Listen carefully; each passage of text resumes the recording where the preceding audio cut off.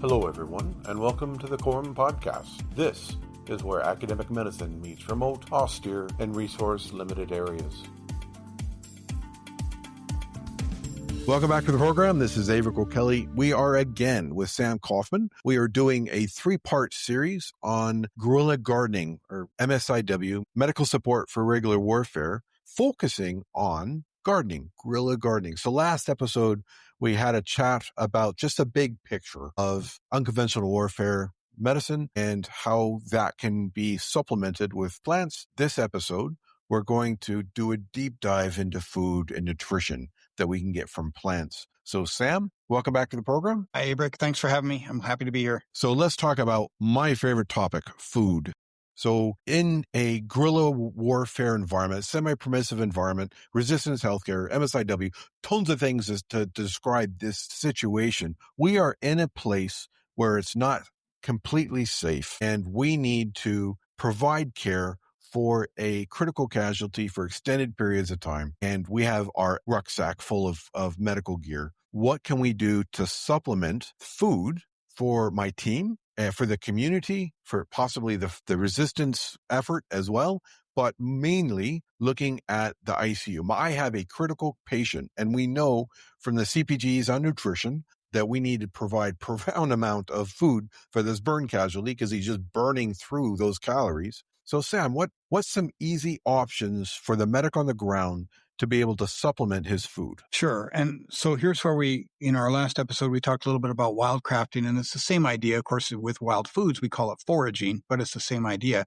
that we are gathering foods in the wild rather than growing them or rather than having them, pre-made and turned into some other kind of food for us. I would say probably the most important concept to remember as humans is that our digestive tracts are not used to eating wild foods. They are highly nutrient dense. Now, I'm not saying they're highly calorie dense, but they're very high nutrient dense, and oftentimes it can have a profound effect on the digestive tract. So it's really important, if you're not used to eating certain wild foods, that we pretty much assume we're going to cook most everything. That doesn't mean we're going to cook the nutrients out of it. We're just going to cook it. We're going to make stews. We're going to have broths. We're going to do things like that, which are much easier to digest anyway, especially for somebody who's ill and sick. Something like a broth is a far better idea. And we can even supplement things with that, with like bone broth if we have, we used to raise rabbits, for instance, as food when we lived in Texas. And I found that when, harvesting rabbits, that one full-grown rabbit harvested could feed us for almost a full week. And I'm talking a family of myself and my wife and my daughter, actually finally came around. And I know it's hard to get the idea of killing these cute little bunnies because they are adorable. But a family of three, for a week, we could feed off that. I could get a gallon of bone broth off of the rabbit bones, and it was amazing. I mean, just the nutritional value. So my point is, you could take something like bone broth, and then you can supplement it with our micronutrients that we're going to get from our cooked greens and so forth that we're gathering, and roots and that type of thing that we're gathering and foraging around the area. Now, again, this kind of comes down to the climate zone that you're in. You're going to find all around the world. It's not like you're only going to find a plantain or nettle or purslane growing in America, right? It's going to grow everywhere. You take a wide swath all the way around the northern and southern hemisphere, you're probably going to find purslane.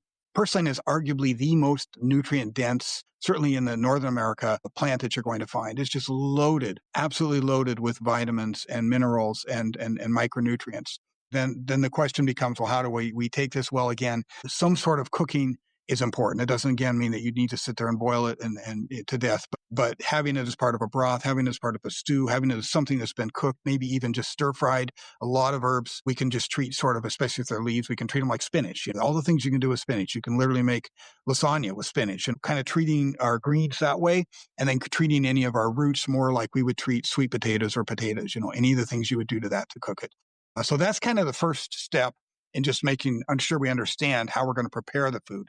The next step comes into, of course, identifying and working with it. And we can talk through all kinds of different plants that give us like massive amounts of micronutrients around the world as well. I'm glad you mentioned rabbits. And I know this is a plant series, but in a clinic for medical support irregular warfare, having rabbits would be a great supplement and far more quiet than chickens. I mean, you can't really raise 15 chickens without having everyone in the whole world know what you're up to. So rabbits are great, but can't you die of starvation from just eating rabbits? So in the wild, that's absolutely true. Rabbit starvation was a thing because they don't have any fat on them. Growing your own rabbits, if you're raising them, though, that's not true at all. They have lots of fat. Our rabbits got nice and chunky. And the nice thing was I would feed, rabbits are an amazing gardening animal because you can feed them all the harvest that you're not going to eat. And that includes weeds.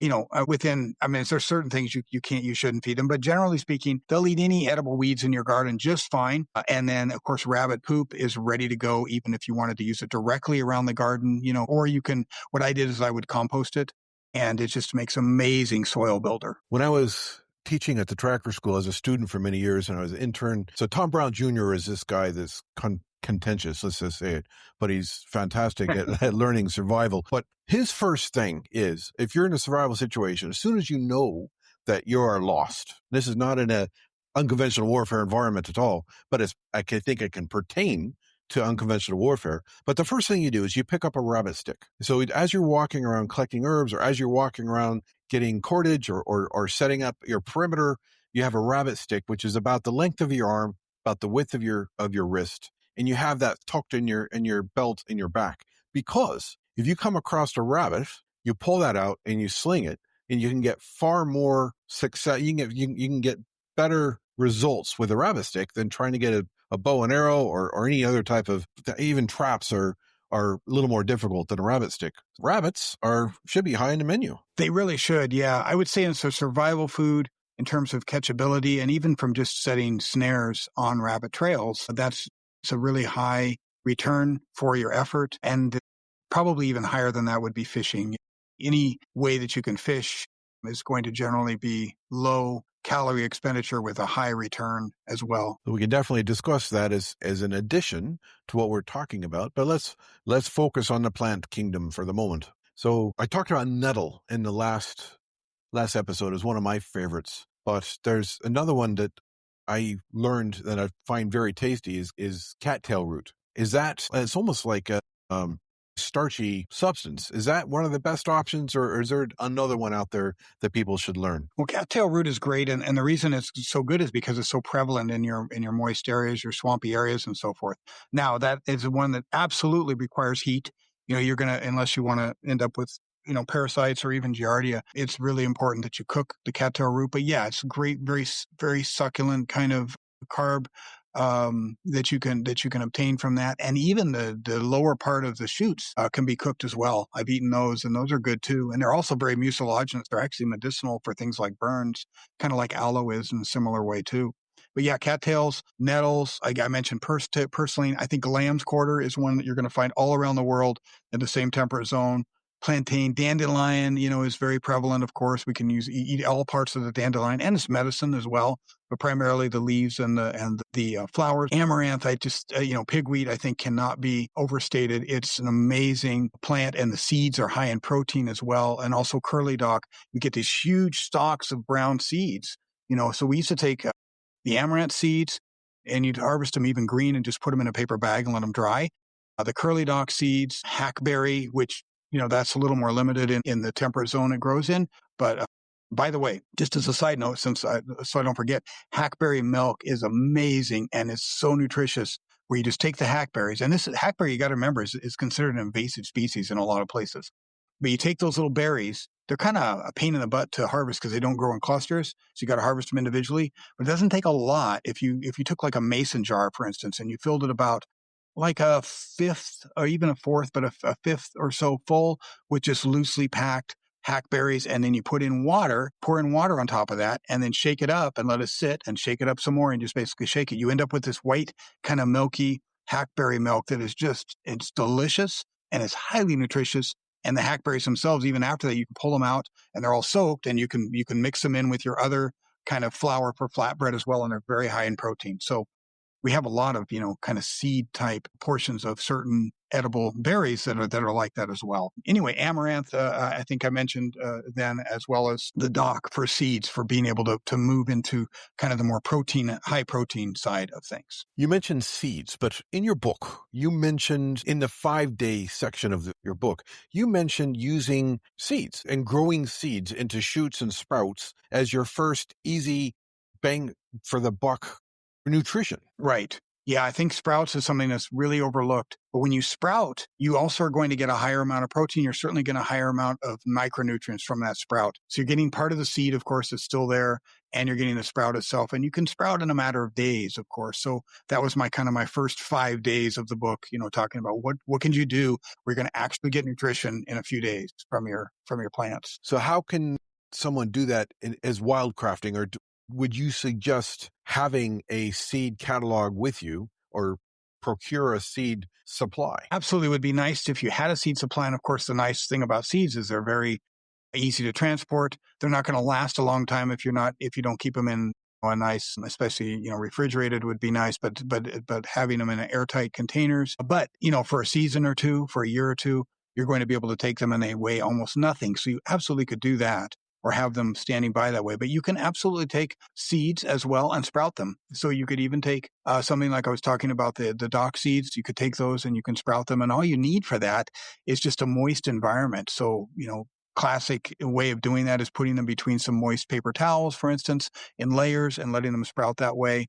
They don't even need light. They just need the moisture. And do they keep growing? Like you can harvest again and again, or is it a once-off? It's a one time, for each seed, you're going to get that, and then you harvest and eat it, and that's it. So yeah, it's a one-time thing. For each seed, you're going to get a sprout, hopefully, depending on the germination rate. I mean, a best case scenario, you're probably talking like a 90% germination rate, And is that something that we could send one of the locals into a local supermarket and say, we just need you to buy as many seeds as you can, and it wouldn't raise any questions, would it? And no one really looks at that as a survival food. And then if they bring that back, would that sustain you for a bit? It would, yeah. And of course, certain seeds are going to be better sprouts than others, right? So our beans, for instance, are all going to sprout really well. So, but if you could get somebody to go get lentils, and I mean, you could literally get the beans. How much are you going to get out of a packet of something like beans or lentils in a package in a store is another, that's another topic probably to consider.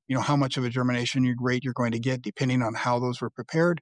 It might be lower than just buying actual sprouting seeds. So the better option would be sending them to a garden store and get those seeds. Absolutely. Garden store, which would be lower. Everybody's going to go to a grocery store, right? But to go to a garden store would probably be something that would be around longer and less looting or less theft or or less, what would you say, less authoritarian, watch over that as well, if that's what you were worried about. So these plants, these fast-growing plants, are going to give you the first week or so. What can you use to pick up where those sprouts leave off? Yeah, so from there, then we start working with microgreens.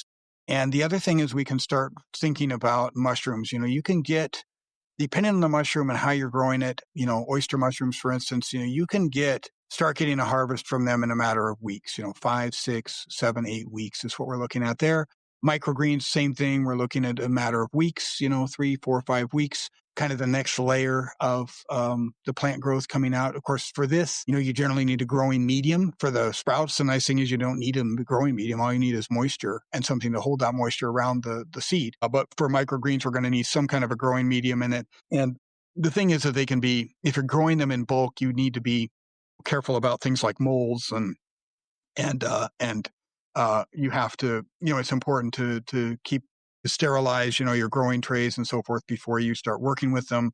But yeah, you generally have like some kind of a really healthy growing medium for those micronutrients to be able to, they need a ton of soil nutrient to be able to grow healthy and give you what you need as well. So those are kind of our next two levels would be mushroom harvest and microgreen harvest. So what mushroom would you suggest the medic to learn that is so super safe, it's impossible to misrecognize it and get poisoned? So is there anything out there that just you can't mess up in any way? Well, one of them I'd say you cannot mistake for anything else that I know of, and I'm by no means a mushroom expert, so this is going a little beyond my my boundaries here of what I'm really good with. But I would say lion's mane absolutely is very distinct in what it literally looks like a lion's mane, as opposed to, oyster mushrooms can look like a lot of other things. There's a lot of mushrooms that can look alike out there as well. And yeah, you're right. There's nothing to play around with. But the good news is if you want to get into mushrooms, there's so many resources for you to do that. The people that are into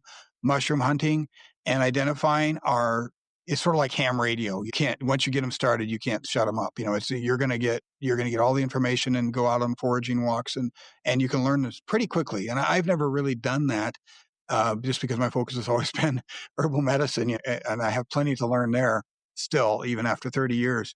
But I would say lion's mane is one, as far as I know, and again, somebody may prove me wrong on this, but as far as I know, it's one that's pretty unmistakable for anything toxic as far as that I know of. When I first got out of the Army, I spent a year at the Wilderness Awareness School in Seattle, and it's a great place to learn a bit of survival and herbal medicine. Karen Sherwood is a herbal medicine goddess there, and she had a news clipping that was laminated so it was on the wall, of a mycologist that killed his family and himself because he harvested a mushroom 3 weeks too early. It was more rainy that year, and it came up early, and it wasn't safe. So it's a good lesson that you just have to be super safe about your understanding of mushrooms. Right. And I think here's where, and in my book, I get into this. And by the way, Wilderness Awareness School is awesome. I love those guys. And I've done their wolf tracking courses, and I know some of them pretty well. And I know Karen's, I don't know Karen really well. I know who she is, but her husband, I know, teaches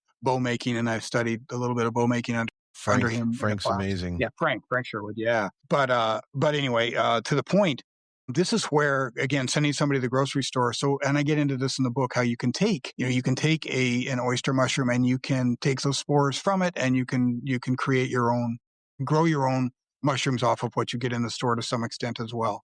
So that's something to be aware of if, in the case that we're talking about, that versus trying to identify something in the wild. So that's something that you could start pretty quickly in your MSIW clinic, is to set up a mushroom garden. Or there's got to be a name for a nursery, is it? A mushroom nursery. Right. So yeah, and growing mushrooms, growing any kind of fungi is usually people get a little bit intimidated by it because you do need sterility and so forth when you're working with them. But it's not that hard to create the environment that you need to grow them. And so yeah, I think it's one of those things, just like gardening, that you probably, and again, you could start with that chapter in my book where I talk all about it and growing them from, I believe, just oyster mushrooms is the example I use.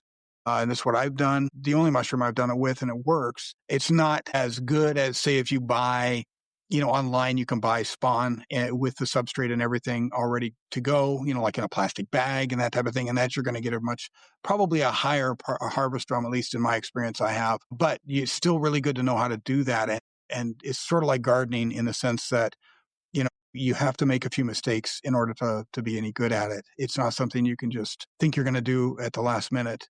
It's like everything else in medicine, right? I mean, you can't, as we know, you can't just read a book about how to perform any kind of medical procedure, even something simple, and really expect to know how to do it if you haven't actually gotten your hands dirty or bloody and had to do it. I guess one benefit of the MSIW clinic is that, well, at least in the Baltics, there's such a huge society of people who do mushroom collecting every year. So that's something you could rely on if that's where your unconventional warfare is happening, is to trust your local group, your local populace, to supplement you and your clinic with mushrooms. Yes. And the same thing is true, in the U.S., we just don't know about it, but there's kind of, or the underground, but there are roving groups of people who harvest mushrooms, right? And now, especially, it's such a big deal of fresh kind of farm to table restaurants. We're able to sell them for a lot of money. It's good money. And there's some really interesting books out there. I can't remember the name of the one that I read not that long ago, and a guy who's talking about coming up against these sort of roving, groups of people that go from area to area, and how they get really possessive with their area in the national forest where they're harvesting mushrooms, and you have to be careful, because they'll like sabotage your, puncture your car tire or whatever, to keep people out that are doing their thing. But we do have the same type of mushroom harvest stuff going on here in the U.S. It's just that most people don't know about it. Nice. I'm looking at page 52 in your book, and you're right. It's oyster mushrooms that you're discussing on how to make that work. If lion's mane is super safe, maybe anyone listening, that would be a good option to start. And you can get lion's mane in a lot of groceries. Certainly in your health food stores, you're going to find it as well. Whether you can do the same thing off of lion's mane that you can do with the oyster mushrooms, that I don't know. I've never done that. I've always grown lion's mane from pre-made substrates, so I didn't have to deal with it. And you can grow it. It's just prolific, and it's delicious. And it's also an incredible medicinal. Again, back to those neuroregen herbs I was talking about. Well, lion's mane, Hericium erinaceus, is one of the big ones for neuroregenerative type properties. Nice. So Sam, we've talked about the quick options, so mushrooms and well, rabbits, but you also talked about the sprouts, the 5-day problem. So we have managed to feed everyone in our MSIW clinic, and now we're moving towards the winter, and we need more options, more sustainable nutritionist things that's going to last us for a while. And as an Irishman, of course, I'm happy you're going to talk about spuds and the potato being God's greatest gift in the world. But in your book, you offer a ton of options. So for this clinic that is up in some remote mountain draw in the middle of nowhere in a forest, what are we going to do? We got to plan for the winter.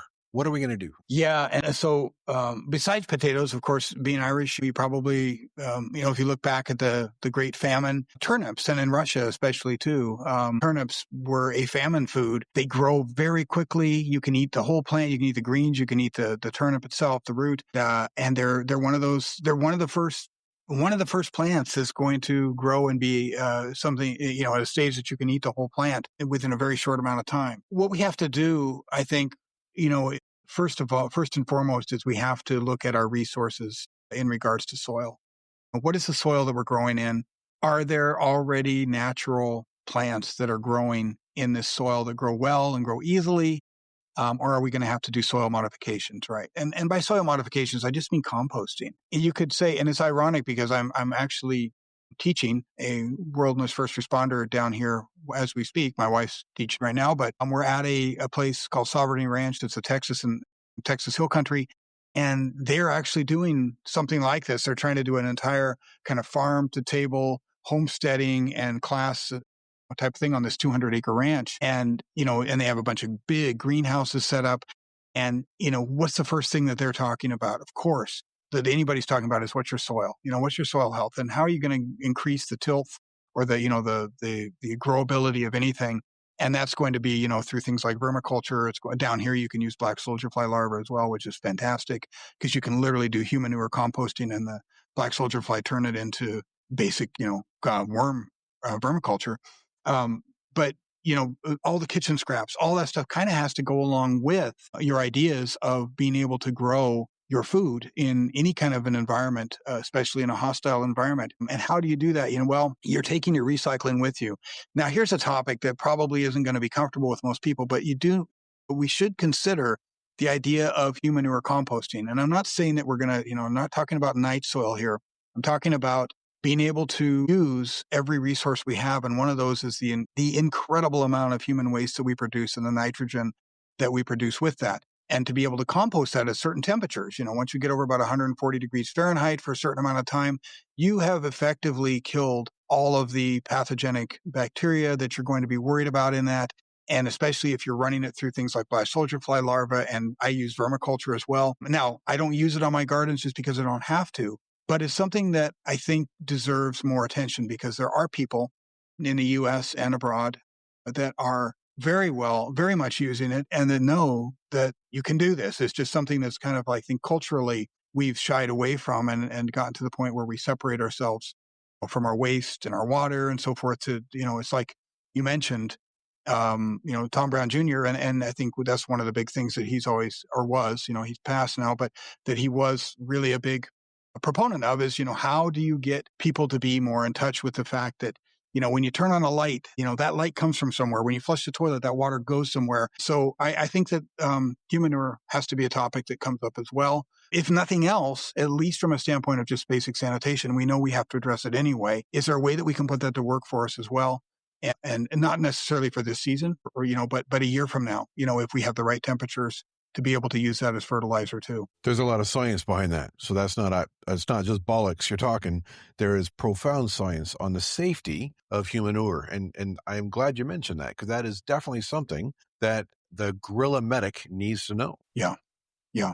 I mean, if nothing else too, this comes back to what I was talking about in our different specialties in our school, and the off-grid engineering portion was very much, we did a lot of work on sanitation, on just basic human sanitation, and what are our options, and what are the pluses and minuses of that. So it's not just, as the Army, going somewhere where it's just you're basically, pouring diesel on it and setting it on fire or whatever, or burying it. But we're actually looking into it as a way to be able to produce better soil health maybe a year from now, And as a trop med guy, I would suggest that Humanure is for healthy patients. If you have someone with cholera, that goes somewhere else. Yeah, right. Absolutely. So, Sam, we are now looking at a garden. How are we going to make this a hidden garden? If we have roving patrols out and about, how are we going to plant these things? And if you look at the historical evidence of those three amazing books from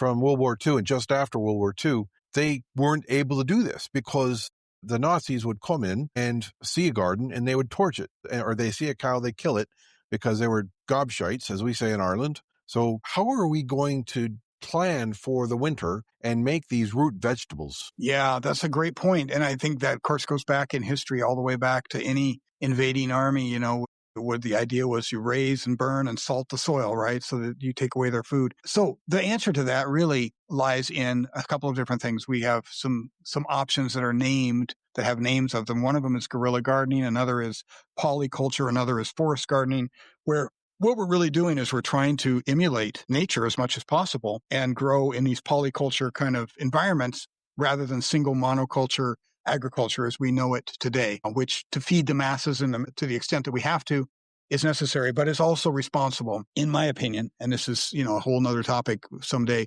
but for a lot of issues around disease, autoimmune, and a lot of other things going on for chronic disease has to do with our nutrition being grown in a monoculture environment where we destroy the living portion of the soil, right, which is about 5%, they say, as long as your living soil. The rest is minerals and water and air.